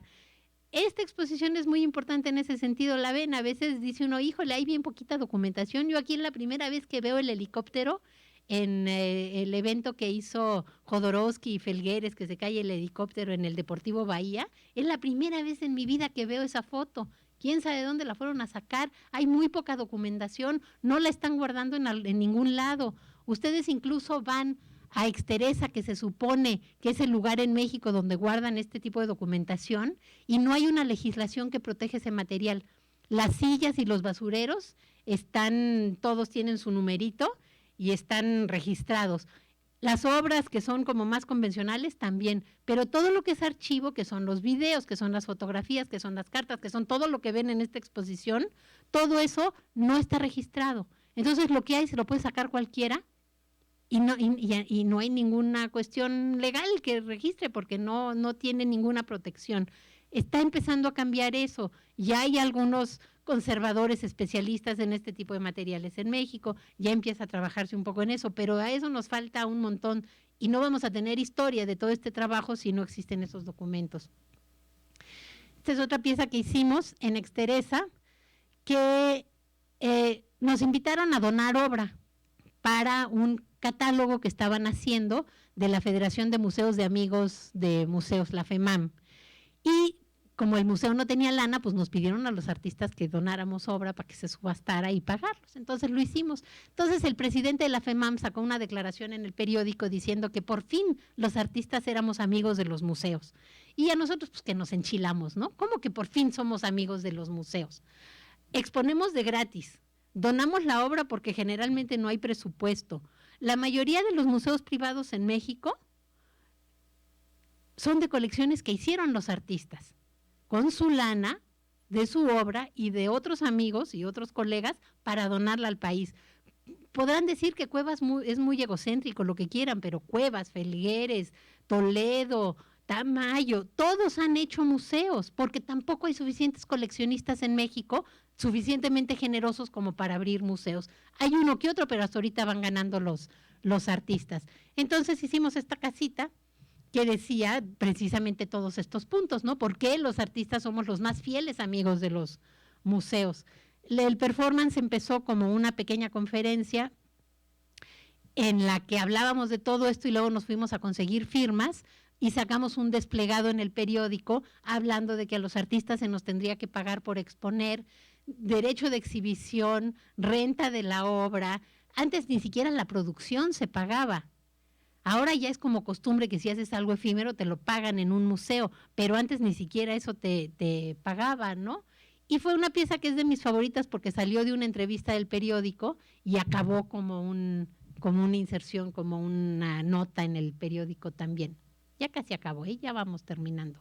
Esta es otra pieza que hicimos que se llamó Justicia y Democracia en el Museo de Arte Moderno y fue más o menos cuando estaba un poquito antes de entrar Zedillo, antes de esas elecciones, y nosotros veíamos que eran esas dos palabras, justicia y democracia, las que más se veían en el periódico y en todos lados y las que menos veíamos en la realidad. Entonces hicimos esta pieza y abajo tenía una leyenda que decía: en este México resquebrajado por la crisis y el escepticismo, ¿qué acción concreta tomarías para llegar a esta utopía? Y teníamos en el centro una mesita dorada y una serie de textos, de registros de una lucha que teníamos en ese momento, que estábamos en un grupo que se llamaba Los Abajo Firmantes, cuestionando todo lo de las becas, del FONCA y todo lo demás. Y fue muy bonito porque el día de la inauguración se inauguró también una muestra de Toscani. Y la primera imagen en el museo, en esa exposición, era una pareja de hombres abrazándose. Y el día de la inauguración, la noche de la inauguración, una pareja de hombres se besaron. Y rájatelas que los corren del museo. Entonces, al día siguiente, mandaron una carta al periódico diciendo, bueno, ¿cómo es posible que la imagen que abre la exposición son dos hombres abrazados, nosotros nos damos un beso y nos corren del museo? ¿Qué no es lo mismo la vida y el arte? Y en fin, cuestionaban todo esto. Entonces nosotros les mandamos una carta por el periódico y les dijimos, pues sí, la vida y el arte no es lo mismo, hablando de la exposición, ¿no? Y ¿por qué no mejor se vienen aquí a nuestra pieza, se paran encima de la tarima y como ahí sí es arte, se pueden besar todo lo que quieran? Entonces coincidió con la marcha gay y llegaron alrededor de, pues no sé, como 200 personas en distintos momentos a hacer un kissing en el Museo de Arte Moderno y entraron cantando, Teresa del Conde, el amor no se esconde. Entonces fue muy divertido. Y para nosotros fue la oportunidad de hacer un tejido con lo que estaba pasando en la realidad. Nuestro trabajo tiene que ver con nuestra vida personal también. El día que nos casamos, ese es nuestro pastel de bodas y los monitos que teníamos ahí encima. Decía yo, pues ¿cómo que ahora de repente yo voy a ser la señora Lerma? Pues esa es la mamá de Víctor, ¿cómo que yo voy a ser la señora Lerma y por casarme con él me van a cambiar de nombre? Entonces mejor antes de hacer eso vamos a hacer un personaje y le pedimos a todos nuestros cuates que cada uno le diera una como característica, así como los cuentos de hadas. Yo te doy el don de la no sé qué, yo te doy el don de... Así, cada una. Entonces todos los cuates me dieron una característica y de repente utilizo ese personaje. Cuando hay situaciones así difíciles como ir al mecánico o al ginecólogo, aparece la señora Lerma, que son cuando luego de repente se encuentra uno que la tratan a uno medio feo, ¿no? Entonces un día que tocan a la puerta en mi casa y era un vendedor de enciclopedias. Entonces dije, no, pues pongámonos en personaje de la señora Lerma, ¿no? Ahí la feminista furiosa. Y le digo, no, yo no, discúlpeme, pero yo no puedo tomar esa decisión sin el permiso de mi esposo. Y me dice, señora, ¿qué no ha oído usted del feminismo? Y dije yo, no, maravilloso, ¿no? La vida definitivamente a veces es mucho más divertida que el arte. Del lado derecho y abajo es el día que nos casamos. En efecto, nadie tomó fotos.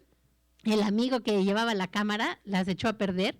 Entonces, 10 años después, pues tuvimos que hacer una boda falsa para que se supiera que en efecto nos habíamos casado. Ahí están nuestros hijos. En esa sí hubo video, diapositivas, blanco y negro, color, todo. La hicimos entre todos nuestros amigos. Ahí están de veras con sus pincelitos en la mano y nosotros bajando. Nos hicieron nuestra ropa ahí con papel de China y fue realmente muy divertido. Y entonces ahí empezamos a agarrarla de hacer performances entre los dos que sean de nuestra vida personal que tienen que ver con las bodas.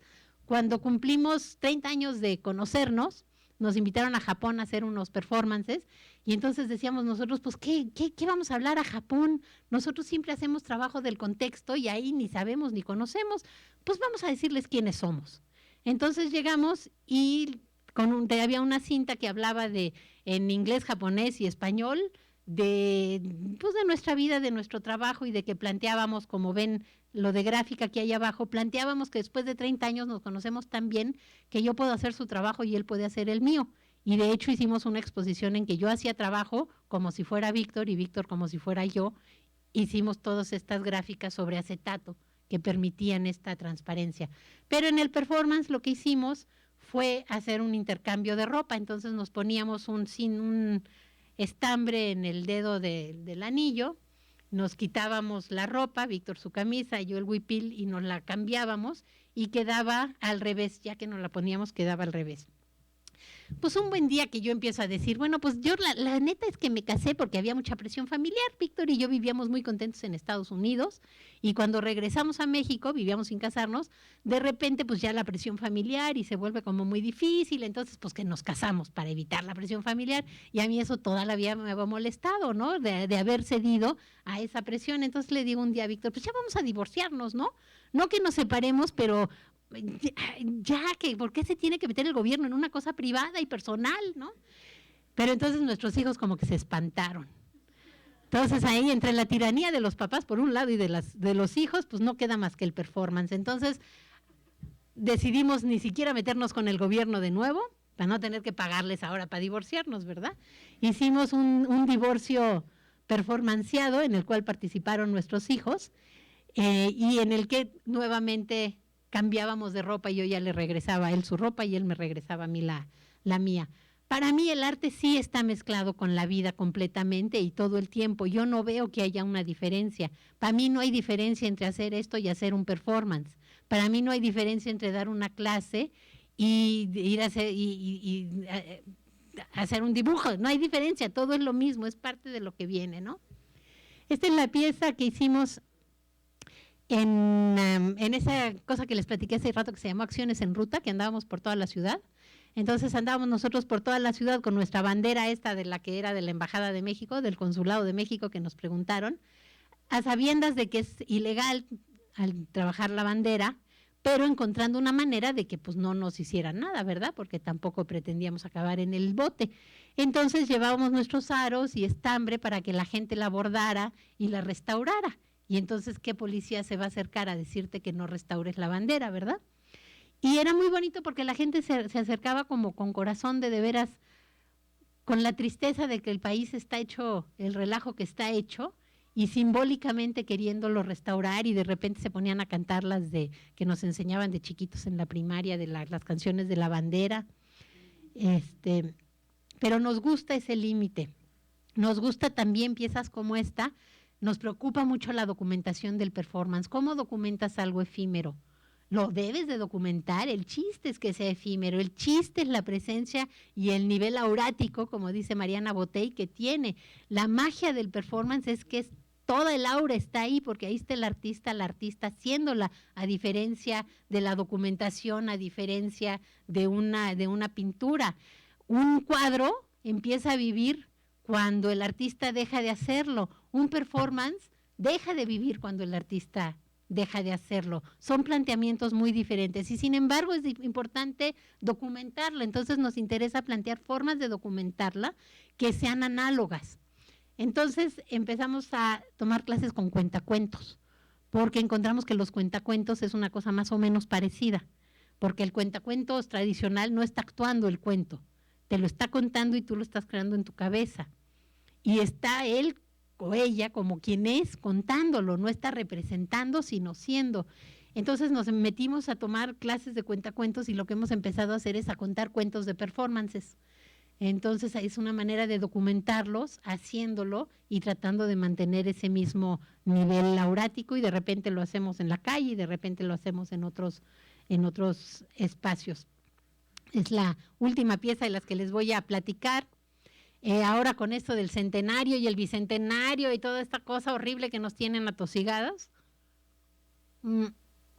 nosotros lo que planteamos es que el celebrar y conmemorar guerras, de entrada, promueve que sigan haciendo guerras. A ver, ¿en qué familia se celebra el día que la mamá mató al papá porque el papá le pegaba o que un hermano golpeó al otro?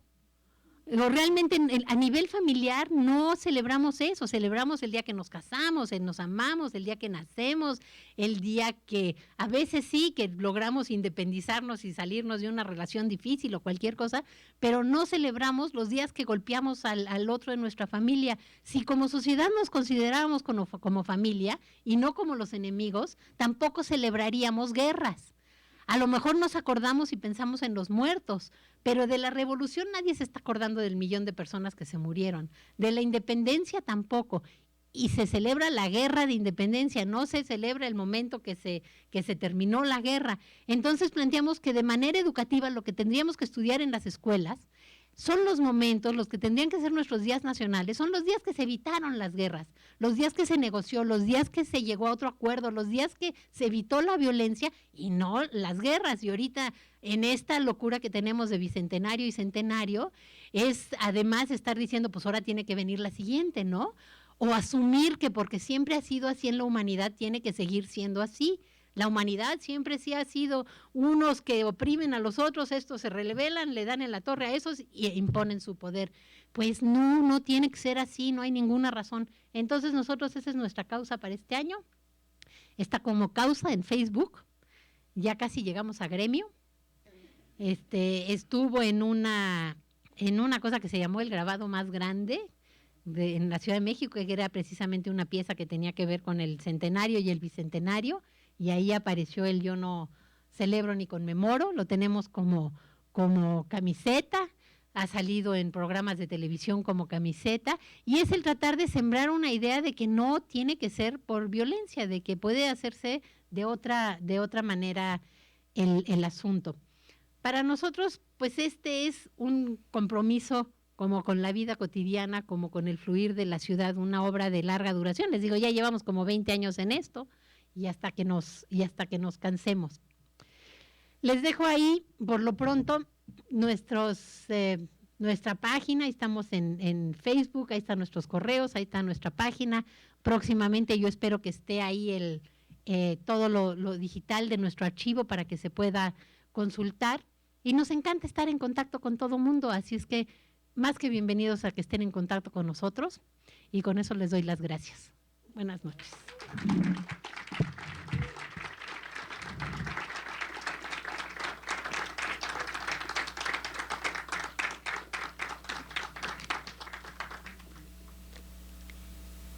Y ahora sí, si hay preguntas, comentarios. A la primera persona que haga una pregunta, le regalo un libro. Con todo y libro, Paqui. Perdón.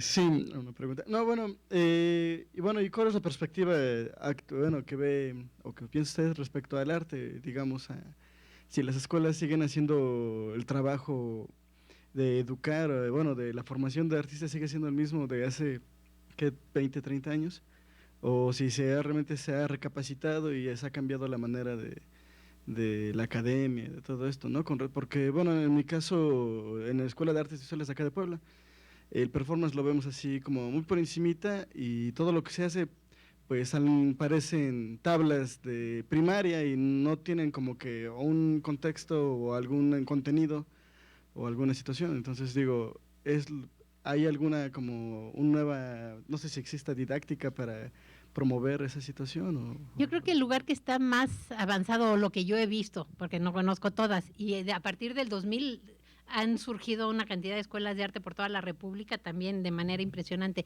En la ESAI, en la Escuela Superior de Artes de Yucatán, el programa que formaron Mónica Castillo, Humberto Chávez Mayol y Luis Rius Caso, está basado el primer año en performance como una manera de abordar la vida, y a partir de eso hacer el resto del trabajo, que me parece un planteamiento muy interesante.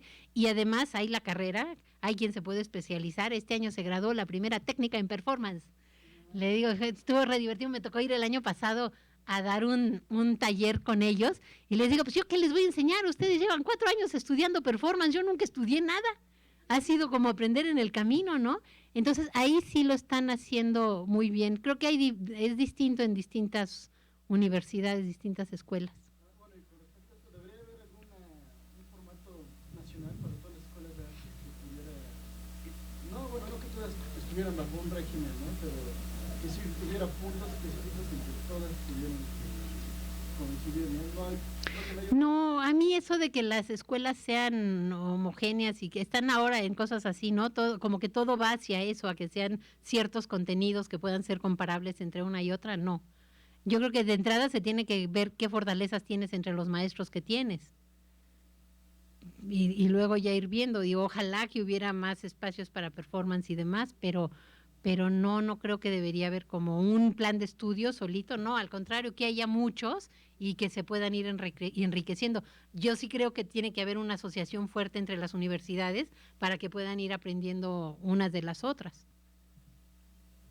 Bueno, hola, buenas noches. Mira, me encantó cuando dijiste que ser artista, ser mujer y feminista, bueno, pues ya, ¿qué más te queda, ama de casa?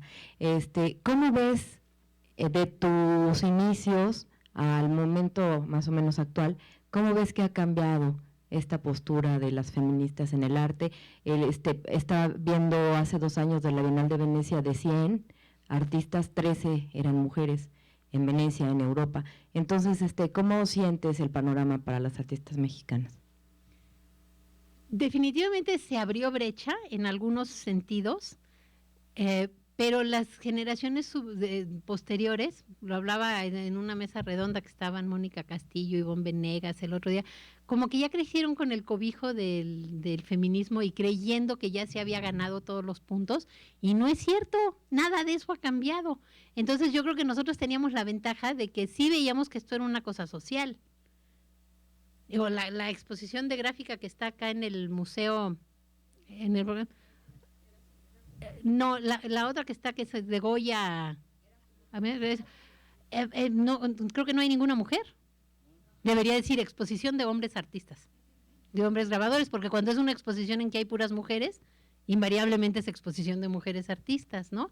Y ahí es exposición de hombres artistas, ¿no? Entonces, en ese sentido, yo creo que no ha cambiado. Nosotros tenemos nuestras propias estadísticas. De cada 10 críticas de arte que se escriben, una es para mujer. En las exposiciones tienen mucho menos individuales las mujeres. En las colectivas pero en promedio es 25% cuando bien nos va, pero no tienen conciencia la mayoría de las artistas jóvenes de que esto sucede, entonces se sienten que ellas no son suficientemente buenas artistas y por eso no las están incluyendo, y no es por eso, es porque todavía hay ciertas cuotas, o hacen exposiciones, todavía se siguen haciendo exposiciones que digo yo de criterio genital. No es otro criterio más que el genital. Bueno, ya pasemos a otra cosa. Hay una cosa, te están juntando como mujer artista por un criterio biológico o por un criterio de género, de lo que se está trabajando, o qué es lo que se está haciendo. No hay mucha claridad en general en los museos y galerías de eso. ¿No hay credibilidad tal vez que una carrera de una mujer pueda ser una carrera larga, puede ser una carrera constante, puede ser una carrera? Pues yo creo que es el sexismo que hay en todos lados, que eso aplicaría igual a todos lados, ¿no? Y que tenemos que luchar contra eso y cambiarlo, irlo cambiando poco a poco. Por cierto, los invito a que visiten el Museo de Mujeres Artistas Mexicanas en Internet, el MUMA, que es un esfuerzo de Lucero González, una fotógrafa, de ir reuniendo artículos, textos, libros, una galería, obras de videoarte de mujeres, para darle más visibilidad. No se trata de que siempre nos quedemos como mujeres, pero que sigue haciendo falta esa visibilidad, ¿no? Ahora, en otras cosas estamos peor. Yo pienso, por ejemplo, en cómo estaba la violencia hacia las mujeres en la calle en mis tiempos y cómo está ahorita, y no ha cambiado en nada. El otro día llegó mi hija del Metrobús, que un tipo se paró atrás de ella y le empezó a chupar el pelo. Entonces ella llegó así como horrorizada completamente, ¿no? Todavía hay como unos niveles de violencia en la calle que eso sí no han cambiado. En otros asuntos, como que se han hablado y ha habido, ya hay más mujeres en las escuelas de arte, yo no sé cómo estén aquí, pero en las de México generalmente hay hasta más mujeres que hombres. Pero sigue habiendo muchas cosas en las que aparentemente no, el espacio público todavía nos está medio vetado. ¿Quién más? En el arte efímero, ¿cómo ves la parte de la documentación y qué consideras o qué medio consideras mejor para documentar ese arte, ¿no? Porque creo que es necesario, ya que si no está documentado, menos va a estar en un museo o en archivado.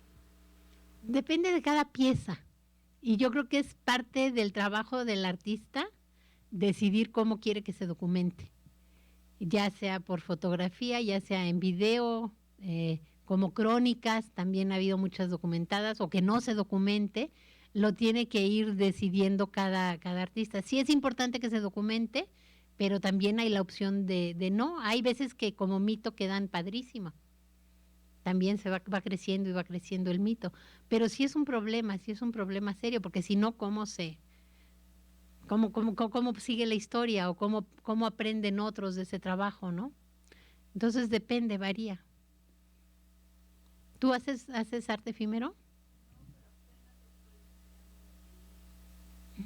Pues es parte importante del trabajo, es pensar cómo lo vas a a documentar. Y ahora ya es padrísimo porque nada más empieza a hacer un performance y salen 20 teléfonos, 15 cámaras, hay como una variedad de cosas para documentar. El poste de la esquina te documenta, si no lo quieres documentar tú, entonces no hay tanto problema. Sí, no, ya hoy no hay problema con la documentación.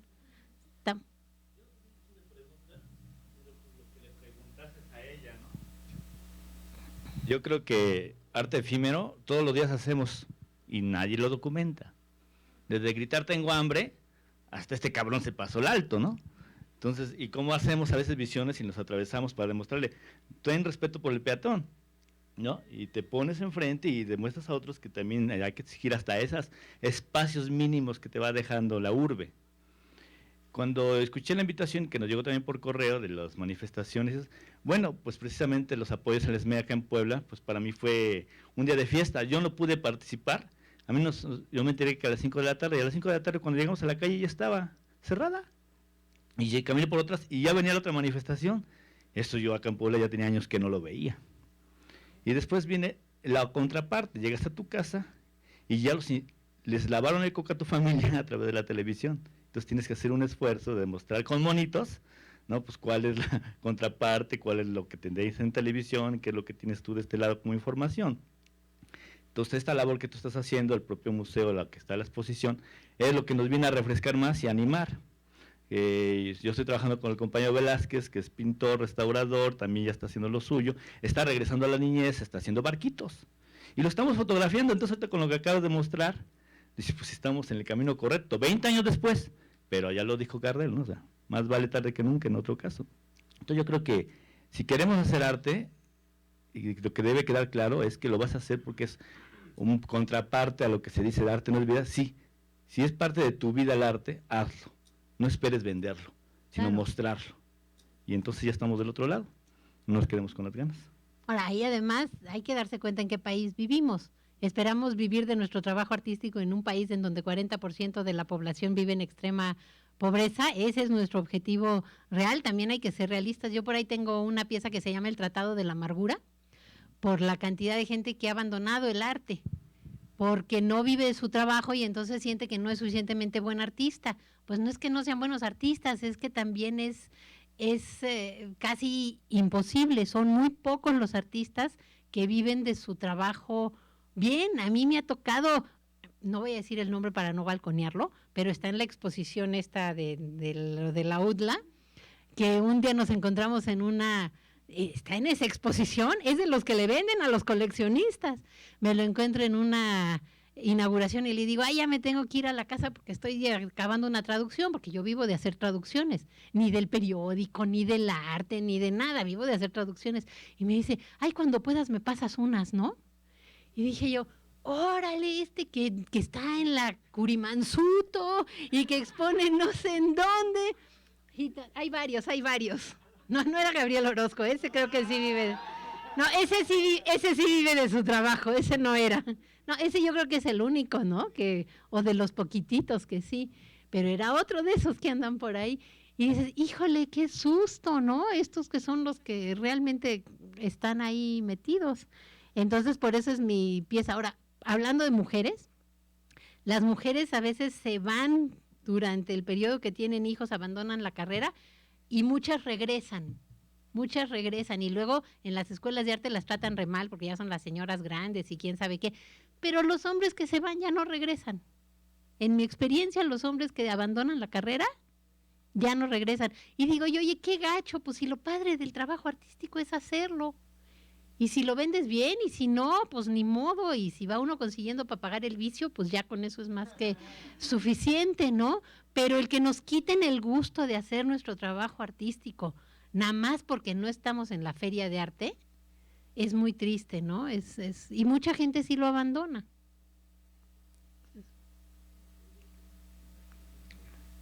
Ahí hay dos. Espérame, ahorita.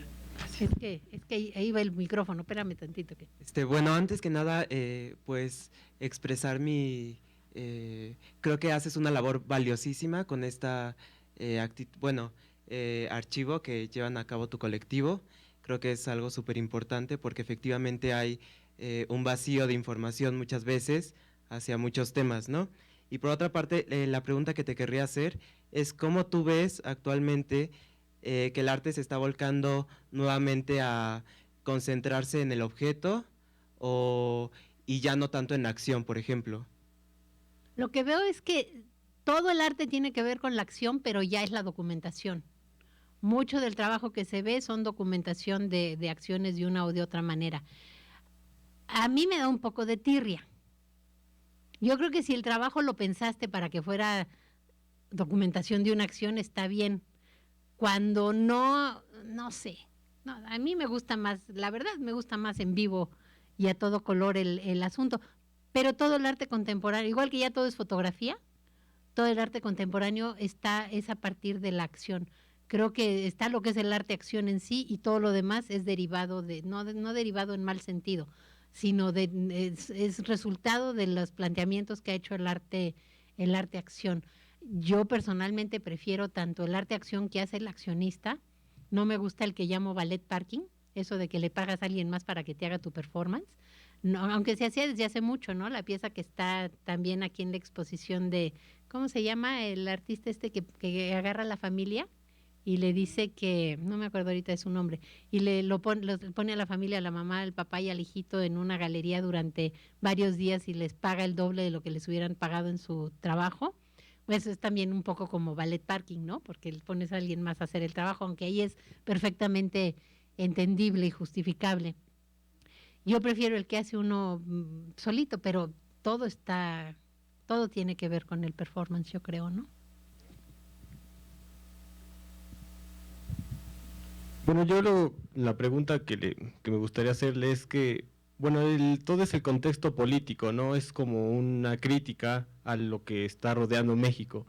Y mi pregunta es, ¿usted cómo ve ahorita, bueno, porque seguimos, o sea, con el hecho de que si el gobierno no le gusta algo que tú expresas o te da la libertad de expresión es no tenerla, o sea, tú como artista, ¿te viste alguna vez amenazada o tal vez limitada al decir, chas, no puedo expresar tal cosa porque pues tal cosa me puede traer ciertas consecuencias al saber que el gobierno no te deja expresar o hacer un performance con tan libertad así o alguna cosa así?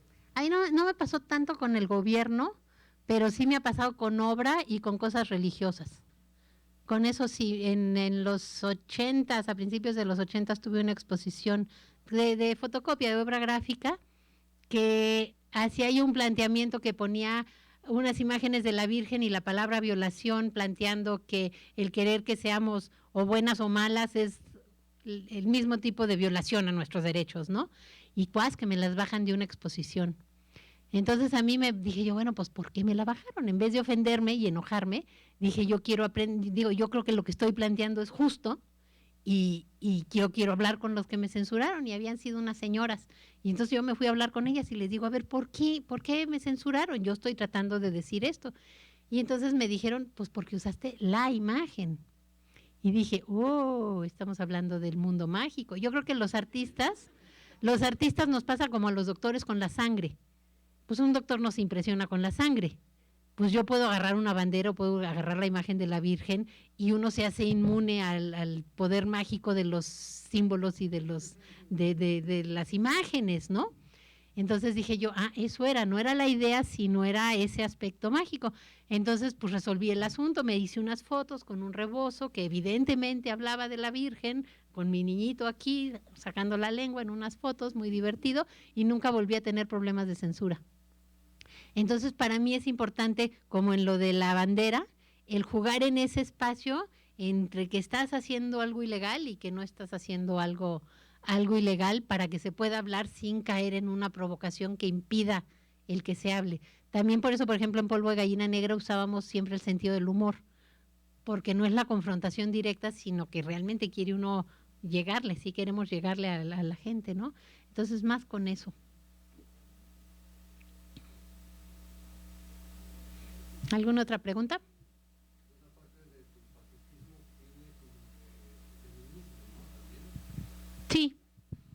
Sí, el no aceptar como hecho real que tiene que ser una guerra y para quitar el poder e imponer otro poder. No aceptar eso como algo verdadero y tratar de ver el mundo como una familia. Yo siempre digo que el feminismo es la madre de todas las batallas, porque nos obliga, el otro no puede ser el enemigo, porque el otro es mi papá, es mi hermano, es mi esposo, es mi hijo, es mi amigo, es mi amante. ¿Cómo va a ser el otro el enemigo? Ahí tiene que haber una negociación. En cualquier otra lucha y cuestión de inequidad, pues son los ricos, son los pobres, son los negros, son los blancos, son los musulmanes, son los judíos, en fin, puede uno hacer el otro y no negociar. Y con el feminismo sí es algo que nos obliga a negociar, y bajo ese mismo planteamiento, pues negociemos, ¿no? No tratemos de imponer y de celebrar cuando unos imponen a los otros, ¿no?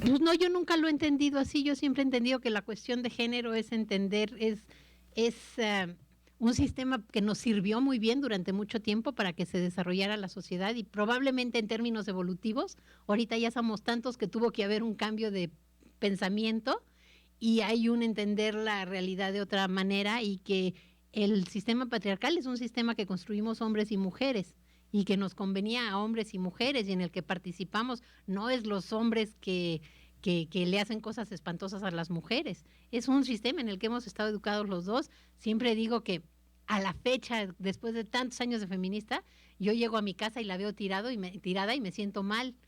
Y Víctor llega y me dice, pues mejor ponte a hacer tu trabajo, ¿qué importa que la casa esté tirada? Y yo todavía no he podido quitarme todos los fantasmas de haber sido educada como mujer y asumir ciertas cosas, y eso es mucho peor que cualquier cosa que me haya hecho un hombre jamás. Entonces, ¿cómo cambiamos esas cosas internas, hombres y mujeres, para vernos como seres humanos y no ver esas diferencias? Ahora hay muchos mitos sobre el rollo del feminismo, y hay muchos tipos de feminismos. En el último congreso feminista que hubo en la Ciudad de México, no dejaron entrar hombres, no dejaron entrar transexuales, no dejaron entrar transvestis. Decía yo, oye, pero están como 40 años atrasadas, ¿qué les pasa? Eso sí es ser feminazi, ¿no? Como les dicen de repente.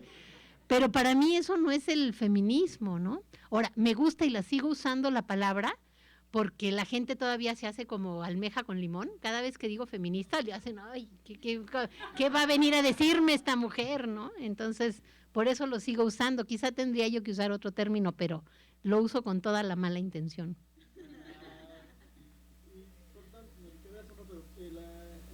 Lo que sea de género, ya sea literatura de género, apunta a que desaparezca el género y ya sea la mente centralizada, ¿no? Porque se dice que igual hay una discusión, ¿no? Escuché por ahí que no puede haber, por ejemplo, literatura de género porque no hay física de género o química de género, ¿no? Aunque sí hay sexismo en la ciencia también, pero conforme yo digo que la función de... Sí, pues la tirada es que dejemos de seguir en esto. Ya, ¿no? Les digo, yo ya pasé, yo ya no estoy ahí, pero avísenle por favor a los violadores y a los que le pagan menos a las mujeres y a los que las golpean y a los que... Digo, yo ya no quisiera estar ahí, yo creo que es totalmente inútil hacerlo. Sigue siendo en el contexto, hace falta subrayarlo, pero pues la tirada es que deje de ser, de que no haya fronteras, que no haya cosas de género, que apreciemos a la gente por lo que es, ¿no? Digo, que acabemos con el racismo en este país, eso está todavía más grueso. Haciendo un comentario con todo esto que estaban hablando, yo creo que la inequidad de género también responde al modelo económico que estamos viviendo, a este modelo neoliberalista que busca crear personas que apoyen solamente su economía. Entonces, también tiene que ver mucho esta marginación que se vive de las humanidades ahora en México, ¿no? Ahora ya no es solamente échate que eres mujer y échate que eres feminista, sino estudia arte, que en estos tiempos está viviendo una pues marginación bastante grande, ¿no? Donde incluso ahora los modelos pedagógicos aplicados al aprendizaje ya no están hechos por psicólogos ni a lo mejor intelectuales de izquierda, bla, bla, bla, sino por administradores o hasta ingenieros, me ha tocado leer. Entonces, bueno, yo creo que también responde mucho esta inequidad que vivimos con el modelo. Y No sé, porque ya existía desde antes del capitalismo y existe en los países comunistas y ha existido como ha sido general en la mayoría de las sociedades y mucho antes. El sistema patriarcal ya existía antes del capitalismo. Que lo ha usado el capitalismo muy bien, sí. claro, claro, pero bueno, como reflejo yo recuerdo haber leído y visto hace muchos años, 60, 50, 40, que no sé, la plástica mexicana pues tenía una influencia bastante notable en las decisiones políticas, ¿no? Donde los movimientos políticos eran encabezados por personas de izquierda o miembros comunistas, ¿no? Entonces, bueno, yo sí veo una gran diferencia que se ha marcado, no hablando solamente del capitalismo, sino del neoliberalismo. ¿Y ya no nos pelan a los artistas? Pues no es que no los penen, pero definitivamente sí está marginado, ¿no? Yo he visto eso, me he topado con eso. Ujú. Y bueno, como otra cosa me gustaría y me encantaría, y creo que a la mayoría de los que estamos aquí, ver alguna improvisación suya haciendo un performance. Pues ya estuve 1 hora y media aquí haciendo uno. ¿Qué más quieres? Pero No está bueno, improvisado, pero ahí está. está bien. Bueno, está bien. Le puedo hacer de merolico. Porque uno hace los performances, escribe los textos, publica los libros y hasta tiene que venderlos. Entonces acá hay libros si alguien quiere ver. Ya tengo 2, uno de espacios alternativos y otro de performanceras. Entonces eso también, uno tiene que acabar haciéndolo todo y si no hay nadie más que lo haga, pues ni modo. Lo tiene uno que hacer, tienes que documentar, tienes que escribir, tienes que guardar la historia y tienes que hacerlo. Ni modo, porque cuando está uno haciendo un trabajo como el performance o las cuestiones de género y todavía no son del interés de la sociedad, entonces lo tiene uno que hacer. Y no yo, pues si está la colección de Cuevas y si está la colección de no sé quiénes, porque ellos mismos coleccionaron el trabajo que no se vendía en ese momento y que no era del mercado, lo fueron reuniendo, consideraron que era importante y lo guardaron. Entonces, pues sí tiene uno que acabar haciéndolo todo, ¿no? Pero para eso somos multitask. Lo quise dejar al último. Le quiero preguntar a nuestra conferencista, la palabra performance, que es de la lengua inglesa, ¿cuál es su aplicación de ustedes en la lengua castellana? Me estoy dando cuenta del trabajo que están haciendo, pero su definición o sus conceptos que son de esa palabra o de ese arte.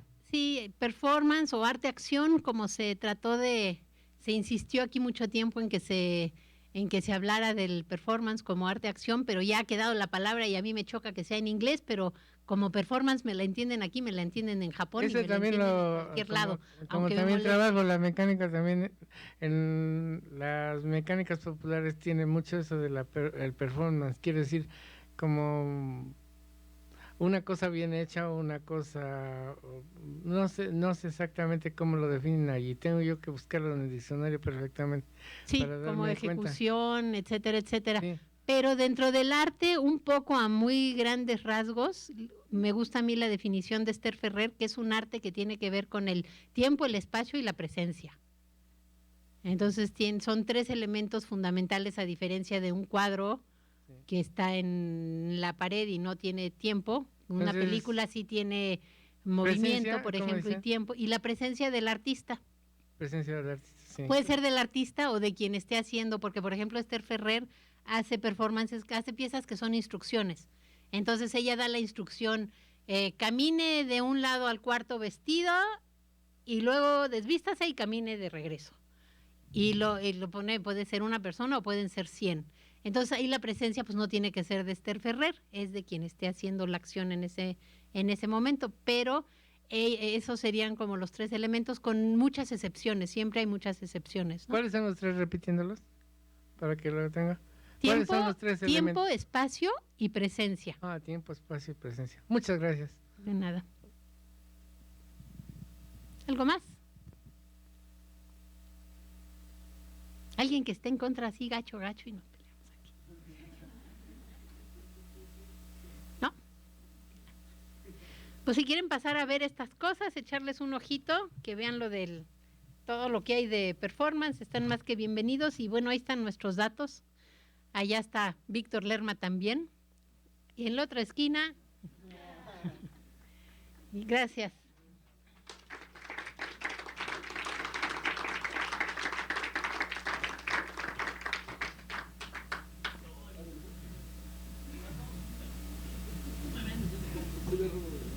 Claro que sí.